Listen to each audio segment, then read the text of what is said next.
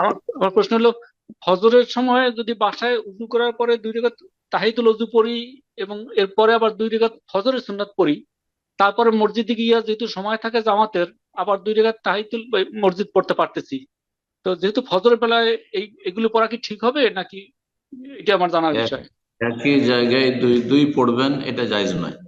নবী না, সাল্লাল্লাহু আলাইহি ওয়াসাল্লাম থেকে শুধু একই একই জায়গায় জায়গায় না, বাসায় বাসায় তাহিয়াতুল ওযু পড়িয়া যখন আজান দেয়, আজানের পরে 2 রাকাত সুন্নাত এই পড়ার তো পরে মসজিদে যাই। তাহিয়াতুল ওযু আজানের পরে, আজান একামতের মাঝখানে নবী সাল্লাল্লাহু আলাইহি ওয়াসাল্লাম মাত্র 2 রাকাত পড়েছেন। আপনি তাহিয়াতুল ওযু তখন পড়বেন না। যদি পড়েন তাহিয়াতুল ওযুর সাথেই ফজরের সুন্নতের নিয়ত করবেন। ঠিক আছে, ফজরের সুন্নতের নিয়ত একই সাথে করবেন, কিন্তু দুই তাহিয়াতুল মসজিদ, দুই হচ্ছে আপনার সুন্নাত, আর মসজিদে গিয়ে তাহিয়াতুল মসজিদ দুই না, এমনটা নয়। তবে যখন জায়গা ভিন্ন হইলো, মসজিদে গেলেন তখন তাহিয়াতুল মসজিদ পড়তে পারেন। ধরেন বাড়ি থেকে, বাসা থেকে যখন গিয়েছেন তখন আপনি তাহিয়াতুল উযু প্লাস নিয়ত করেছেন আপনি ফজরের সুন্নাতে, সুন্নাত আজান একামতের মাঝখানে মাত্র 2 রাকাত পড়েছেন নবী সাল্লাল্লাহু আলাইহি ওয়াসাল্লাম। কিন্তু যখন মসজিদে গেলেন তখন মসজিদের একটি হক সাব্যস্ত হলো, তা হচ্ছে মসজিদ সালামি, তাহিয়াতুল মসজিদ। সুতরাং সেখানে দুই পড়তে পারবেন, ওলামারা বলেছে। কিন্তু মসজিদেই যদি হয়, দুই পড়লেন তাহিয়াতুল মসজিদ, তারপরে দুই পড়লেন আপনি তাহিয়াতুল ওযু, দুই পড়লেন আপনি সুন্নাত, না, মোটেই জায়েজ না, এটা মোটেই জায়েজ নাই।